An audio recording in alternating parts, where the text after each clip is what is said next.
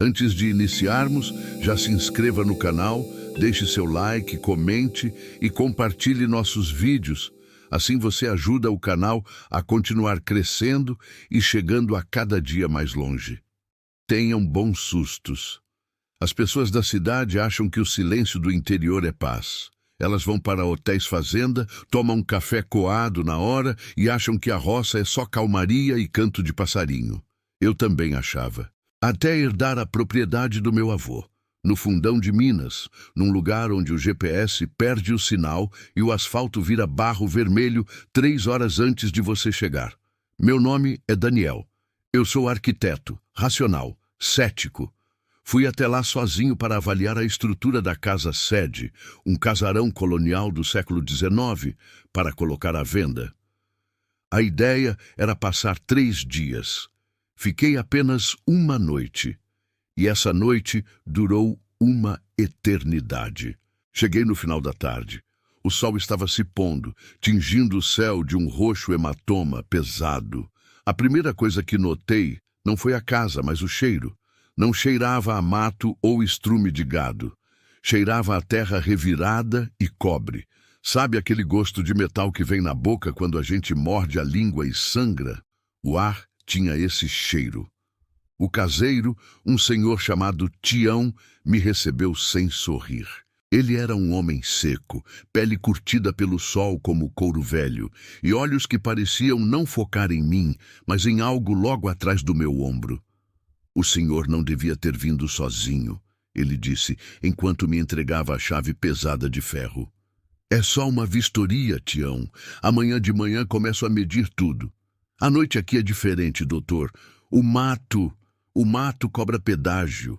Tranque bem as janelas. E se ouvir chamar, não responda, nem se for a voz da sua mãe.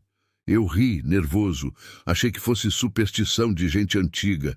Ele virou as costas e desceu a trilha em direção ao casebre dele, que ficava a uns 500 metros dali, sumindo na neblina que começava a brotar do chão. Entrei. A casa gemia. O assoalho de madeira de lei estalava sob meus passos como ossos quebrando. Instalei-me num quarto no 2º andar. A eletricidade era fraca. A lâmpada amarela piscava, criando sombras que pareciam dançar nos cantos. Por volta das 2 da manhã, acordei. Não foi um barulho alto que me despertou. Foi a ausência dele.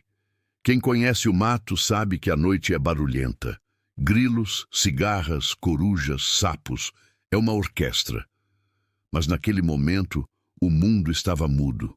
Um silêncio absoluto, opressor, como se a natureza tivesse prendido a respiração de pavor.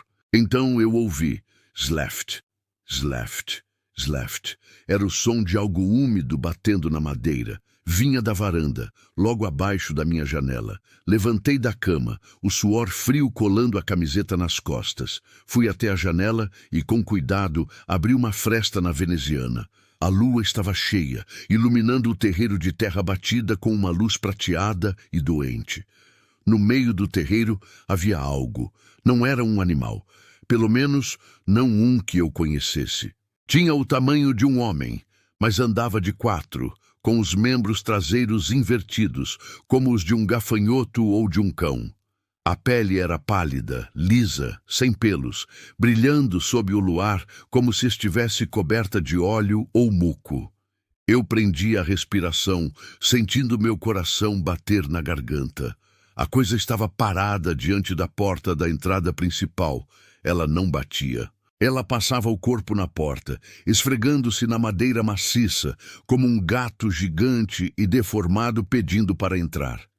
De repente, a criatura parou.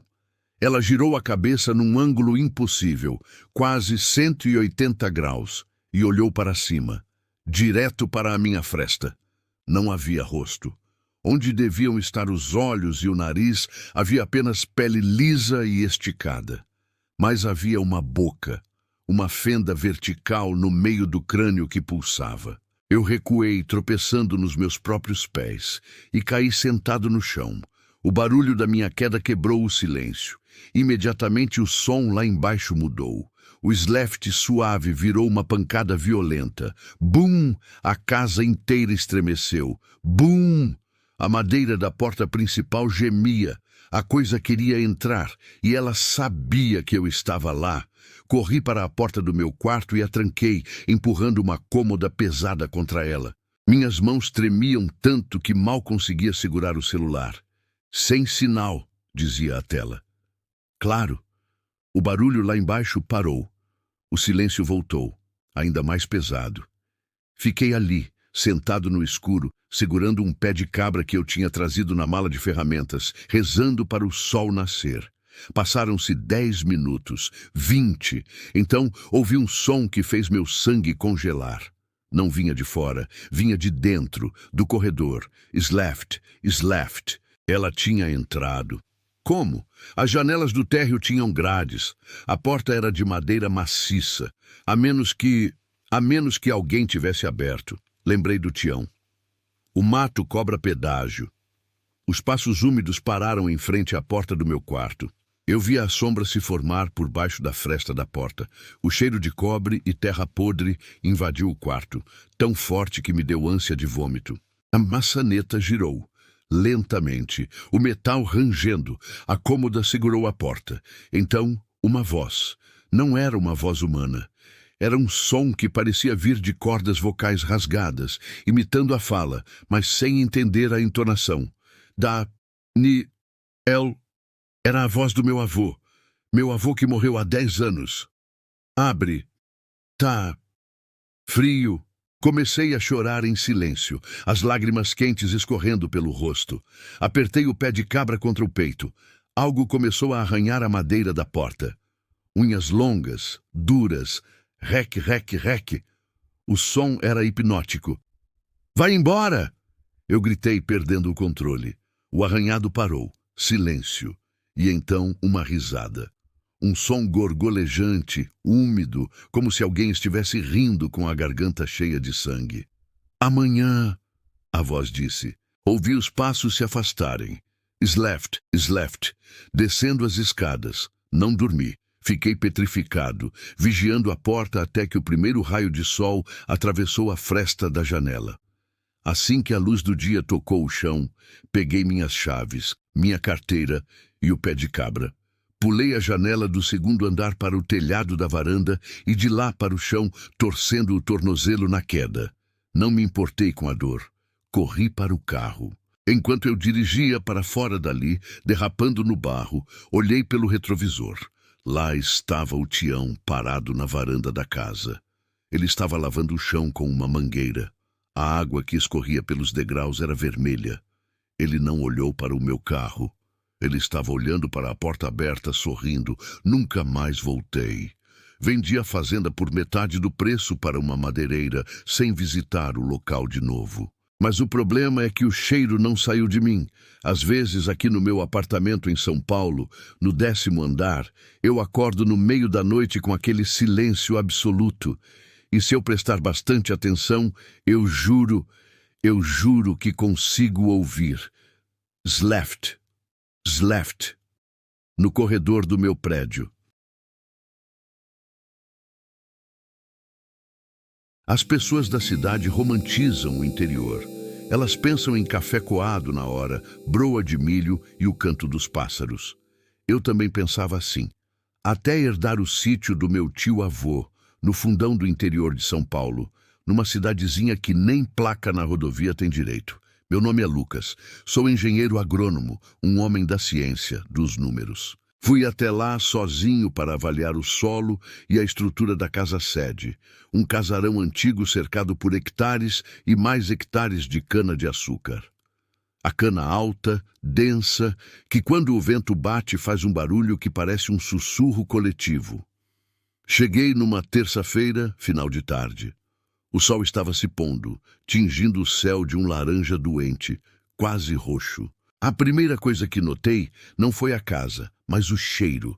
Não cheirava a terra molhada ou mato. O ar tinha um cheiro adocicado, enjoativo, misturado com algo metálico. Cheiro de garapa azeda e sangue velho. O caseiro, um sujeito chamado Nivaldo, me entregou as chaves sem me olhar nos olhos. "O senhor não saia depois que o sol baixar, seu Lucas", ele murmurou, olhando para o canavial que cercava a casa como uma muralha verde. O que anda no eito não gosta de visita. Eu ri. Achei que fosse crendice de roça, história para espantar ladrão. Ele foi embora para a cidade antes de escurecer, apressado, deixando uma nuvem de poeira para trás. Fiquei sozinho. A noite caiu pesada. Não havia lua. A escuridão no interior é diferente. Ela é sólida, ela te aperta. Acendi as luzes da varanda, mas a lâmpada amarela mal conseguia empurrar o breu para longe. Fui dormir cedo, cansado da viagem. O silêncio era absoluto. Até que por volta das 3 da manhã, acordei. Não foi um barulho alto, foi um som úmido. Schlep, schlep, schlep. Parecia alguém andando descalço na lama ou arrastando carne crua pelo assoalho da varanda. Meu coração disparou. Ladrão, pensei. Peguei a lanterna pesada de metal que deixei no criado mudo e caminhei até a janela do quarto, que dava para a frente da casa. Apaguei a luz do quarto para não ser visto e espiei pela fresta da cortina. A luz da varanda estava piscando, falhando, mas deu para ver. Não era um ladrão. Parado no limite entre a terra batida do terreiro e o início do canavial, havia algo. Tinha a altura de um homem, mas os braços eram longos demais, batendo quase nos joelhos. A pele era pálida, leitosa, repuxada sobre os ossos. Não tinha roupas. A coisa estava de costas para mim, virada para o canavial. Ela tremia, convulsiva. Então, ela começou a fazer um som. Não era fala, era uma imitação. Lucas! Gelei. A voz não era humana. Parecia o som de 2 pedras sendo esfregadas uma na outra, tentando modular sílabas. Abre! Lucas! Recuei, tropeçando nos meus próprios pés. A lanterna caiu da minha mão e rolou pelo chão fazendo barulho. Imediatamente, a coisa lá fora parou de tremer. Lentamente, ela girou a cabeça, não o corpo, só a cabeça. Girou num ângulo impossível, quase 180 graus, até olhar para a minha janela. Não havia rosto. Onde deviam estar os olhos, nariz e boca, havia apenas uma superfície lisa de pele, como a massa de um pão cru. Mas no centro, uma fenda vertical pulsava. Bum! Algo bateu na porta da frente com uma violência que fez a casa inteira tremer. Poeira caiu do teto. Corri para o corredor. A porta de madeira maciça envergava a cada pancada. Bum! Eu sinto seu cheiro. A voz vinha de fora, abafada, gorgolejante. Eu sabia que a porta não aguentaria. Corri para a cozinha, peguei a maior faca que encontrei e me tranquei na despensa. Um quartinho sem janelas nos fundos da casa. O barulho na porta da frente parou. O silêncio voltou, pior do que o barulho. Fiquei ali, encolhido no escuro, ouvindo minha própria respiração. Passaram-se 10 minutos, 20. Então, ouvi o som que eu mais temia, o rangido do assoalho da sala. Ela tinha entrado. Schlep, schlep. Os passos eram lentos, arrastados. Ela parava, cheirava o ar e continuava. Eu ouvia as unhas longas riscando as paredes do corredor procurando. Ela estava vindo para a cozinha. Abracei meus joelhos, chorando em silêncio, rezando para um Deus que eu tinha esquecido na cidade. A maçaneta da despensa girou. Eu tinha trancado, mas a madeira era velha. A coisa do outro lado não forçou. Ela encostou o rosto na porta. Eu podia ouvir a respiração molhada através da madeira fina. Lucas! O Nivaldo mandou lembranças. Ela sabia de tudo. Preparei a faca. Se aquela porta abrisse, eu ia atacar, mas a porta não abriu. Em vez disso, ouvi um som agudo, estridente, vindo do lado de fora da casa. O cantar de um galo. Era mentira, ainda era noite fechada, mas o som fez a criatura hesitar. Ouvi um silvo de raiva, como o ar escapando de um pneu. Os passos se afastaram rápido. Schlep, schlep, schlep. Ouvi a porta da frente bater. Não saí da despensa. Fiquei lá até ver a luz do sol entrar pela fresta embaixo da porta, horas depois. Quando finalmente criei coragem para sair, a casa estava destruída. Móveis revirados, marcas de garras profundas nas paredes e uma baba viscosa e fétida cobrindo o chão da sala. Corri para o carro. Não peguei malas, não tranquei a casa, só queria fugir. Enquanto dirigia pela estrada de terra, passando pelo meio do canavial alto, tive que frear bruscamente. O Nivaldo, o caseiro, estava parado no meio da estrada. Ele estava de costas. "Nivaldo!" Eu gritei, aliviado e furioso. "Entra no carro, vamos embora!" Ele não se moveu. "Nivaldo!" Ele começou a girar a cabeça, lentamente. E quando o rosto dele apareceu, não era o rosto do Nivaldo. A pele era lisa, sem olhos, sem nariz, só a fenda vertical. Pisei no acelerador. O carro cantou pneu e eu joguei o veículo para cima dele. Senti o impacto surdo, o barulho de ossos quebrando, mas não parei. Olhei pelo retrovisor. O corpo estava no chão, todo contorcido, mas enquanto eu me afastava, vi ele se levantar, de quatro como uma aranha, e correu para dentro da cana. Nunca mais voltei. Vendi o sítio por preço de banana para uma usina, sem pisar lá. Hoje moro no 15º andar de um prédio em São Paulo. Tenho grades nas janelas e 3 trancas na porta. Mas às vezes, quando o elevador quebra e eu tenho que subir pelas escadas, no silêncio da escadaria de concreto, eu sinto aquele cheiro adocicado. E ouço, vindo dos andares de baixo: "Schlepp, Schlepp, ele sabe onde eu moro." Meu nome é Rogério. Sou veterinário de grandes animais há 20 anos. Já vi de tudo: bezerro nascendo com 2 cabeças, cavalo com raiva quebrando cerca, surtos de febre aftosa. A vida no campo é bruta, tem sangue, tem barro e tem morte. Eu sou um homem da ciência, ou pelo menos era, até aquela terça-feira de novembro. Era a época de chuvas fortes no interior do Paraná. O telefone tocou às 11 da noite. Era o seu Valdomiro, um produtor de leite lá da região do Grotão, um lugar onde a estrada de terra vira um sabão quando chove. "Doutor, vem ligeiro!" A voz dele tremia. Não parecia o homem durão que eu conhecia. "A mimosa tá parindo, mas tá entalado. E tem coisa errada." "Tô indo, Valdomiro." Ferve água e prepara as cordas. Peguei minha caminhonete e enfrentei o temporal. O limpador de para-brisa não dava conta da água. Cheguei na propriedade depois da meia-noite. A luz da casa estava apagada, o que era estranho. Só havia uma luz fraca vindo do barracão de ordenha lá embaixo. Desci do carro. A primeira coisa que estranhei foi o silêncio dos cachorros. Toda fazenda tem cachorro. Eles latem pro carro, latem pro vento. Ali, nada. Nem grilo, nem sapo. Só o barulho da chuva batendo no telhado de zinco. Entrei no barracão com minha maleta cirúrgica. O cheiro me atingiu como um soco. Não era cheiro de estrume ou de parto. Aquele cheiro de líquido amniótico e sangue.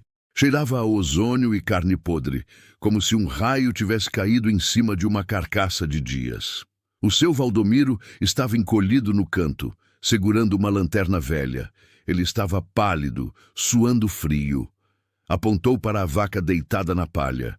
A vaca estava morta. Olhos vidrados, língua para fora. Mas a barriga dela, a barriga, se mexia. Não eram contrações de parto. Eram movimentos violentos, bruscos, como se houvesse uma briga lá dentro. A pele do animal esticava tanto que eu achei que ia rasgar sozinha. "Ela morreu tem meia hora, doutor", sussurrou Valdomiro. "Mas o bezerro não para. E ele chora." Eu ri de nervoso. "Bezerro não chora dentro da barriga, Valdomiro. Deve ser gás."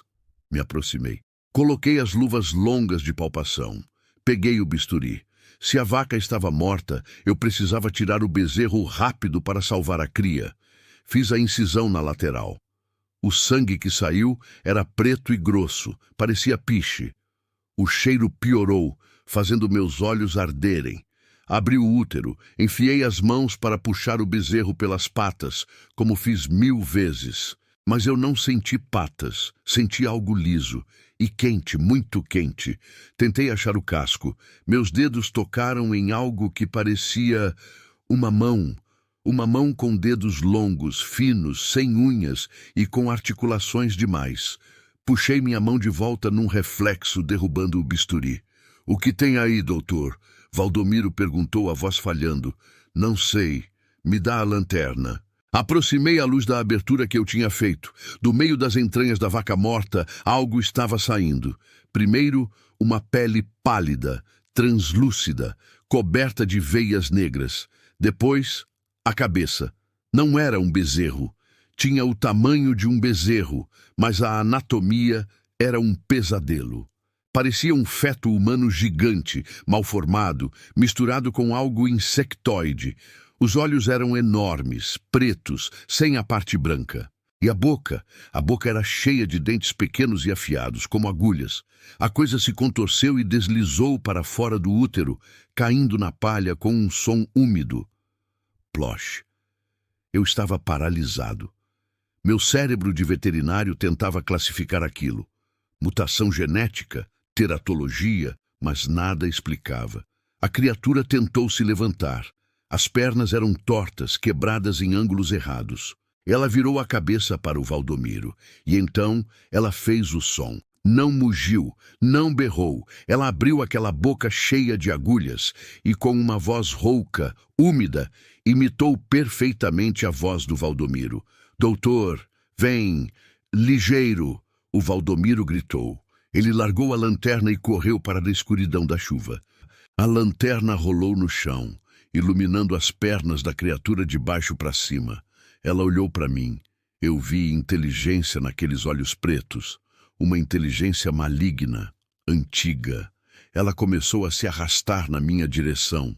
Usava os braços dianteiros para puxar o corpo, rasgando a palha. "Doutor", a coisa disse agora com a minha voz. O instinto de sobrevivência bateu mais forte que o choque. Chutei a criatura com minha bota de bico de aço. Senti como se tivesse chutado um saco de cimento molhado.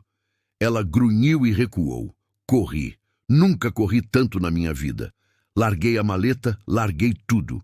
Entrei na caminhonete, tranquei as portas e girei a chave. O motor engasgou. "Pega, porcaria, pega!" eu gritava, batendo no volante. Pelo vidro lateral, vi a coisa saindo do barracão. Ela não se arrastava mais. Ela estava ficando de pé, esticando-se, os ossos estalando alto, craque, craque, craque, crescendo, ficando da altura de um homem. O motor pegou. Arranquei com o carro patinando na lama. No retrovisor, iluminado pela luz vermelha do freio, eu vi a silhueta parada na chuva. Ela ergueu um braço longo e acenou. Um aceno lento, zombeteiro. Fui direto para a delegacia da cidade vizinha. Disse que o Valdomiro tinha surtado e me atacado. Eu não podia dizer a verdade. Iam me internar. A polícia foi lá de manhã. Encontraram o Valdomiro. Ele estava dentro do útero da vaca. Tinham costurado ele lá dentro, com precisão cirúrgica, usando o meu fio de sutura. A polícia disse que foi um maníaco. Eu fui investigado, mas não tinham provas contra mim. Eu estava na cidade, na hora da morte, segundo a perícia. Arquivaram o caso. Mas eu sei o que vi, e o pior não é isso. Semana passada, eu estava atendendo numa fazenda a 200 quilômetros dali. Estava sozinho no curral. De repente ouvi um barulho atrás de mim, um craque de osso estalando, e uma voz, a voz do Valdomiro, sussurrou no meu ouvido. "Vem, ligeiro. Eu vendi minha clínica. Mudei para um apartamento no 20º andar em São Paulo, mas às vezes, quando chove à noite, eu juro que sinto cheiro de ozônio e carne podre vindo do ralo do banheiro." Meu nome é Renato. Sou caminhoneiro, acostumado a cortar esse Brasil de ponta a ponta. No ano passado, eu estava descendo uma rota alternativa no interior de Minas Gerais para fugir de um bloqueio na rodovia principal. Era uma estrada de terra batida, cercada por mato alto e fazendas que pareciam abandonadas há décadas. Por volta das 3 da tarde, a fome apertou. Eu não via um posto de gasolina há horas. Foi quando vi uma entrada com uma placa de madeira carcomida, escrita à mão: Comida caseira, pouso do sossego. Entrei com o caminhão por uma estradinha estreita que parecia se fechar atrás de mim. No fim, uma casa de pau a pique com um alpendre comprido e uma mangueira enorme que projetava uma sombra escura e densa sobre o telhado. Uma mulher estava sentada num banco de madeira. Ela devia ter uns 80 anos, mas a pele era tão esticada que parecia porcelana trincada. Ela não piscou quando parei o caminhão. Boa tarde, senhora. Tem um prato de comida para o viajante? Perguntei, saltando da boleia. O fogo nunca apaga aqui, filho, ela disse. A voz era baixa, seca, como o som de folhas mortas sendo esmagadas. Entra, a mesa já está posta. O interior da casa era gelado, estranhamente gelado para um sol de 30 graus lá fora. O cheiro era bom. Porco frito, feijão tropeiro, couve. Mas por baixo desse cheiro havia uma nota azeda, algo que lembrava água de flores de cemitério. Havia mais 3 pessoas na mesa. Um homem de chapéu de palha cobrindo os olhos, uma mulher jovem com um vestido de chita e uma criança. Eles não comiam. Apenas olhavam para os pratos vazios. Pode servir, moço, a jovem disse sem olhar para mim. A gente estava esperando o último convidado. Sentei-me. A comida estava lá, fumegante, mas ao pegar a colher notei algo estranho. Não havia moscas. Na roça, a essa hora, as moscas são um tormento. Mas ali, nada se movia. Enquanto eu colocava o feijão no prato, a criança levantou a cabeça. Foi aí que meu estômago deu um nó. A menina não tinha olhos. No lugar dos globos oculares, havia 2 crostas de terra seca, como se tivessem preenchido as órbitas dela com barro diretamente do chão. Tá gostosa a carne, tio? Ela perguntou com a voz de uma mulher adulta. Larguei o talher. Olhei para o homem de chapéu. Ele levantou a cabeça devagar. O rosto dele estava em estado de decomposição avançada. Um lado da mandíbula estava exposto, os dentes amarelados aparecendo através da carne cinzenta. A gente não gosta que a comida esfrie, o homem rosnou. Levantei da cadeira tão rápido que ela tombou. Olhei para o meu prato. O que eu achei que era feijão tropeiro eram besouros pretos se contorcendo. O que eu achei que era carne de porco eram pedaços de couro curtido, cheios de vermes brancos. Corri para a porta. A velha estava lá, bloqueando a saída. Ela não parecia mais uma velhinha frágil. Ela parecia ter crescido uns 20 centímetros. As mãos dela, agora longas e com unhas que pareciam garras de bicho, seguravam um cutelo de açougueiro enferrujado. Mas já vai, ela sibilou. A terra deu a comida, a terra quer o pagamento. Eu não pensei. Dei um ombro nela com toda a força que o medo me deu. Foi como bater contra uma estátua de pedra, mas o choque a deslocou o suficiente. Saí pela varanda, pulando os degraus. O que vi no terreiro me fez perder o fôlego. Onde eu tinha estacionado o caminhão, não havia estrada. Havia apenas um cemitério velho, com lápides tombadas e mato cobrindo tudo. Meu caminhão estava parado sobre 2 covas rasas, as rodas afundando na terra fofa. Girei a chave. O motor tossiu. Olhei pelo espelho retrovisor. A família inteira estava na varanda. Eles não corriam. Eles apenas apontavam para mim. E atrás deles, vindo da sombra da mangueira, algo muito maior. Uma massa de sombras com pernas longas e múltiplas juntas começava a se desdobrar do telhado. O caminhão pegou. Saí fritando pneu, ouvindo o som de mármore quebrando sob as rodas pesadas. Não olhei para trás até atingir o asfalto da rodovia, uns 10 quilômetros depois. Parei no primeiro posto de gasolina que vi. Eu estava tremendo tanto que não conseguia segurar o copo d'água. Contei a história para o frentista, um senhor que trabalhava ali há décadas. Ele ficou pálido e fez o sinal da cruz. O senhor entrou no pouso do sossego? Ele perguntou com a voz trêmula. Moço, Aquela fazenda pegou fogo em 1950. A família inteira morreu queimada porque a velha trancou as portas por dentro. Dizem que ela enlouqueceu de fome numa seca brava e tentou servir os próprios netos no jantar. Fui até a traseira do meu caminhão para checar se as rodas estavam bem. Pregado na porta do baú, havia um pedaço de chita rasgado, o mesmo tecido do vestido da mulher na mesa. E escrito no barro seco que cobria o paralama, com letras que pareciam feitas por dedos de criança, estava a frase: "Volte para o café, a sobremesa ainda está no chão." Eu nunca mais peguei rotas alternativas. E toda vez que passo por Minas e sinto o cheiro de porco frito na beira da estrada, eu acelero, porque eu sei que, em algum lugar daquela terra vermelha, eles ainda estão sentados à mesa, esperando o próximo convidado. Meu nome é Elias, sou agrimensor e em 2022 fui contratado para medir uma propriedade de fim de linha no sertão da Bahia. Era uma fazenda que estava em inventário há 40 anos. O lugar se chamava Vereda das Almas. O nome já devia ter sido um aviso, mas eu precisava do dinheiro. Cheguei lá no auge de uma seca que fazia a terra rachar como se o chão estivesse tentando gritar. A casa principal era uma construção de pedra e cal, com janelas estreitas que pareciam olhos encovados. Não havia eletricidade e o sinal de celular morreu 10 quilômetros antes da porteira. O único habitante era o seu Arlindo, um homem cuja idade era impossível de adivinhar. Ele parecia feito de raízes retorcidas e poeira. "O senhor só não chegue perto do Poço Velho atrás das ruínas do curral", ele me disse, sem tirar os olhos do horizonte cor de chumbo. "A água ali secou, mas o que sobrou no fundo tá com fome."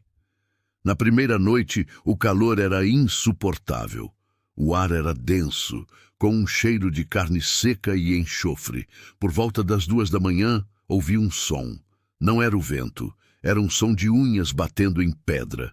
Tec-tec-tec vinha debaixo do assoalho do meu quarto.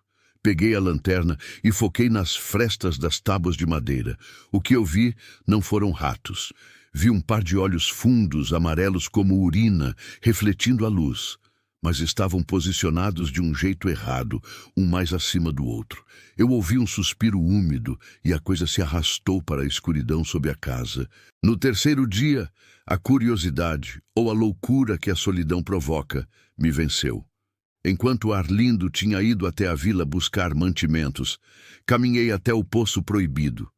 As ruínas do curral eram cercadas por uma cerca de arame farpado que parecia ter sido colocada para manter algo dentro. Não fora.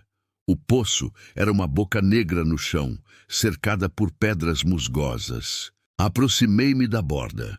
O cheiro que subia dali era indescritível. Cheiro de roupa suja, mofo e algo doce, como fruta podre. Lá do fundo, a uns 10 metros de profundidade, veio um som.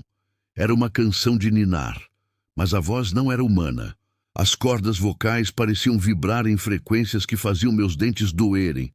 "Elias!" A voz subiu, sibilante. "A terra tá tão seca, Elias." "Me dá um gole?" Recuei, mas minhas botas escorregaram no cascalho. Olhei para baixo uma última vez antes de correr. Lá no fundo, o que eu vi não foi um monstro de filme. Vi uma massa de cabelos pretos e emaranhados que ocupava todo o diâmetro do poço.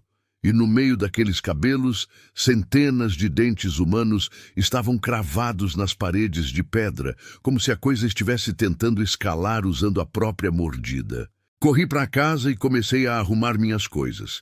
Eu ia embora, com inventário ou sem inventário. Foi quando vi o seu Arlindo voltando. Mas ele não estava sozinho. Ele trazia um cabrito preto amarrado pelas patas. Ele não me viu na varanda. Ele caminhou direto para o poço. Eu o segui de longe, escondido atrás de um juazeiro seco. Arlindo parou na borda do poço. Ele não parecia assustado, parecia exausto. "É o último do mês, mãe!" Ele gritou para o buraco. Deixa o rapaz terminar o serviço. A senhora prometeu. Ele jogou o animal vivo lá dentro. O grito do cabrito foi cortado abruptamente por um som de sucção e ossos sendo triturados, como se centenas de bocas estivessem mastigando ao mesmo tempo. Arlindo se virou e me viu. O rosto dele não tinha malícia, apenas uma tristeza profunda. O senhor não devia ter visto, ele disse, limpando o sangue do cabrito da manga da camisa. Ela é o que sobrou da fundadora dessa terra.